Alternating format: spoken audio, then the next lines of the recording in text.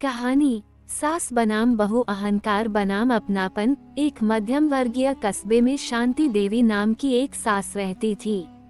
उनका बड़ा बेटा राजेश शहर में नौकरी करता था और हाल ही में उसकी शादी रिया से हुई थी। शादी के बाद रिया पहली बार ससुराल आई तो मोहल्ले भर में चर्चा थी, नई बहू कैसी होगी, शहर की है, ज्यादा नखरे वाली तो नहीं। शांति देवी मन ही मन सोचती, आजकल की लड़कियां बस फोन और फैशन जानती हैं, घर संभालना किसे आता है। दूसरी तरफ रिया के मन में भी डर था, पता नहीं सासू माँ कैसी होंगी, कहीं हर बात पर डांटने वाली तो नहीं। पहला टकराव आदतों का। शादी के कुछ ही दिनों बाद छोटे छोटे मतभेद शुरू हो गए। सुबह सुबह रिया थोड़ा देर से उठ जाती तो शांति देवी तंज कस देती, हमारे जमाने में बहुएं सूरज से पहले उठती थी, तुम तो सूरज को भी इंतजार करवाती हो। रिया को बुरा लगता पर वह चुप रह जाती। वह शहर में पढ़ी लिखी थी, ऑफिस का काम भी जानती थी, पर घर के पुराने तरीकों में अभी ढल नहीं पाई थी। एक दिन रसोई में पहली बार रिया ने खाना बनाया। उसने हेल्दी सोच रखते हुए कम घी और कम मसाले का खाना बनाया।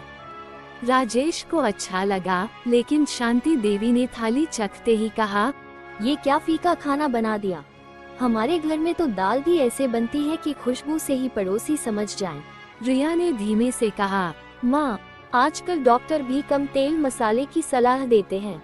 शांति देवी तुरंत बोली, डॉक्टर तुम्हारे लिए होंगे, मेरे लिए तो मेरी माँ ही डॉक्टर थी और उन्होंने जो सिखाया वही ठीक है। दोनों के बीच एक अदृश्य दीवार बनती जा रही थी। एक तरफ पुरानी सोच का घमंड, दूसरी तरफ नई पीढ़ी की दबी हुई आवाज। दूसरा टकराव इज्जत का। एक दिन मोहल्ले में कीर्तन रखा गया। सब औरतें इकट्ठी हुई तो किसी ने शांति देवी से पूछ लिया, अरे भाभी, आपकी बहू तो बहुत मॉडर्न लगती है, काम धाम ठीक से कर लेती है ना। शांति देवी के दिल में जो छोटी छोटी नाराजगियां थीं, वो सब बाहर निकल आईं। उन्होंने हल्के व्यंग्य में कहा, अरे काम तो कर लेती है, मगर आजकल की बहुओं को मोबाइल ज्यादा प्यारा होता है, रसोई बाद में याद आती है। ये बात रिया ने दूर खड़ी होकर सुन ली। उसका दिल टूट गया। वह सोच रही थी कि वो धीरे धीरे सब सीख लेगी, पर सासू माँ उसे दूसरों के सामने कमतर दिखा रही थीं। रात को रिया ने राजेश से कहा, तुम्हारी माँ मुझसे कभी सीधे बात नहीं करती, पर दूसरों के सामने मेरी इज्जत कम कर देती है। राजेश बीच में फंस गया। वह अपनी माँ की आदतें जानता था, पर पत्नी को भी दुखी नहीं देख सकता था। उसने माँ से बात करने की कोशिश की। माँ, रिया कोशिश कर रही है, आप उसे थोड़ा टाइम दें। शांति देवी ने तुरंत जवाब दिया, टाइम मैंने कम नहीं दिया, संस्कार देने में कमी है। अब ये मुकाबला सिर्फ सास बहू का नहीं रहा, यह अहंकार बनाम सम्मान की लड़ाई बन चुका था। तीसरा मोड़, बीमारी का इम्तिहान। कुछ महीनों बाद अचानक शांति देवी को तेज बुखार और कमजोरी रहने लगी। डॉक्टर ने चेकअप करके बताया कि उन्हें आराम और सही खान पान की बहुत जरूरत है, वरना हालत बिगड़ सकती है। ये सुनते ही घर का माहौल बदल गया। रिया रोज सुबह उठकर उनका नाश्ता बनाती, दवाई टाइम से देती और ऑफिस जाने से पहले उनका हाल चाल लेती। एक दिन रात में शांति देवी की तबीयत अचानक ज्यादा बिगड़ गई। राजेश ऑफिस की नाइट शिफ्ट में था। रिया ने अकेले ही उन्हें ऑटो में बैठाया, अस्पताल ले गई, रिपोर्ट करवाए, परामर्श लिया और पूरी रात उनके पास बैठी रही। जब शांति देवी की आंख खुली तो उन्होंने देखा कि रिया की आंखों में नींद और थकान साफ दिखाई दे रही थी, लेकिन वह फिर भी मुस्कुराकर पूछ रही थी, माँ, अब कैसा लग रहा है। उस पर शांति देवी का दिल पहली बार नर्म हुआ।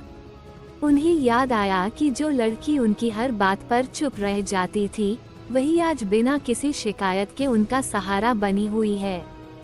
चौथा मोड़, सच का आईना। अस्पताल से लौटने के कुछ दिन बाद मोहल्ले की वही औरतें फिर घर पर मिलने आईं।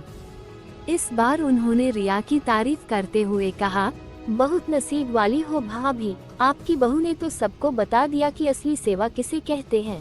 सबके सामने शांति देवी कुछ पल के लिए चुप रहीं। फिर उन्होंने खुद रिया को आवाज दी, रिया, जरा इधर आओ। रिया घबराकर बाहर आई। उसे लगा कि फिर कोई ताना सुनने को मिलेगा, पर इस बार शांति देवी की आंखों में कुछ अलग था। उन्होंने लोगों की तरफ देखकर कहा, तुम सबने मुझसे उस दिन पूछा था ना कि मेरी बहू कैसी है।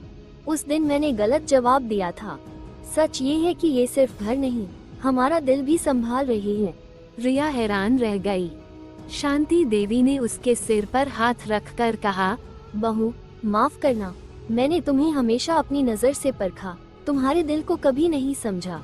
तुमने साबित कर दिया कि नई पीढ़ी सिर्फ मोबाइल नहीं, जिम्मेदारी भी संभाल सकती है। रिया की आंखों में भी आंसू आ गए। उसने धीरे से कहा, माँ, गलती मेरी भी थी। मैं आपको समझाने के बजाय खुद ही चुप रहती रही। हमें एक दूसरे को दुश्मन की तरह नहीं, साथी की तरह देखना चाहिए था। अंतिम संदेश, असली जीत किसकी? उस दिन के बाद घर का वातावरण बदल गया। अब रसोई में सास और बहू दोनों मिलकर काम करती। कभी पुराना नुस्खा, कभी नई रेसिपी। दोनों की हंसी में घर की दीवारें गूंजने लगी। अब मुकाबला सास बनाम बहू का नहीं, बल्कि अहंकार बनाम अपनापन का था, और जीत अपनापन की हुई।